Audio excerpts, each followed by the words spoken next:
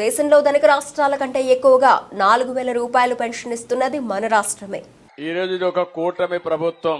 కూటమి ప్రభుత్వంలో మేము ఒకటే నిర్ణయం చేసుకున్నాం.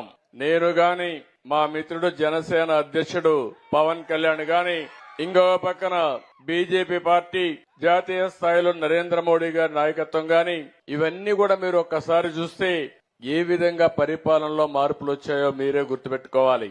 ఈ 100 రోజుల్లో నా అనుభవాలన్నీ ఒకసారి మాట్లాడతాను. ఈ రోజు నేను వచ్చినప్పుడు 3 ఇండ్లకి వెళ్ళాను. నేను వచ్చింది ఇక్కడికి నేరుగా మీ సమస్యలు తెలుసుకోవాలని, మీతో నేరుగా మాట్లాడాలని, సమస్యల్ని అర్థం చేసుకుని సమస్యలు పరిష్కారం చేయాలనే ఉద్దేశంతో ఇక్కడికి వచ్చాను. మనం 4,000 రూపాయలు పింఛన్ ఇస్తామంటే మన తర్వాత తక్కువ ఇచ్చే పింఛన్లు చూస్తే 2,500 రూపాయలు హర్యానా ఇస్తున్నారు. అంటే మనం ఇచ్చేది అన్ని రాష్ట్రాల కంటే, ధనిక రాష్ట్రాల కంటే ఎక్కువ ఇస్తున్నామంటే అది పేదవాళ్లపై నుండే అభిమానం.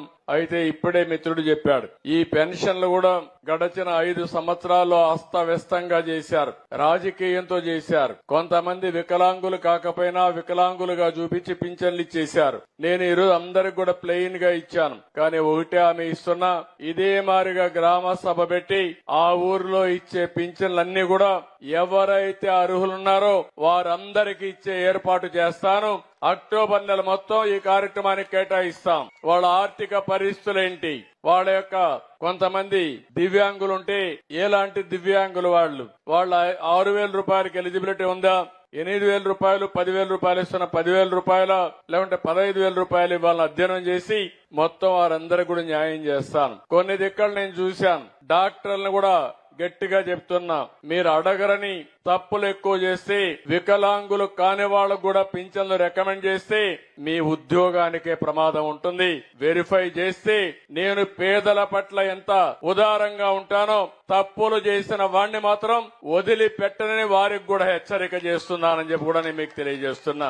ఈ రోజు ఈ ప్రభుత్వం ఉండేది పేదల కోసం ఉంది తప్ప, కొంతమంది మొన్నటి వరకు ముఖ్యమంత్రిగా పనిచేసినటువంటి వ్యక్తి శిష్యులు కొంతమంది తయారయ్యారు. ఊరికొక సైకో తయారయ్యారు. ఆ సైకోలు తయారై గవర్నమెంట్ అంటే లెక్కలేనితనం వచ్చింది. ఎదురు దాడి చేస్తే భయపడిపోతారనుకుంటున్నారు. నేను ఎదురు దాడి చేస్తే భయపడను, తాట తీస్తాను తప్పు చేసిన వాళ్ళని మరొక్కసారి హెచ్చరిస్తున్నా.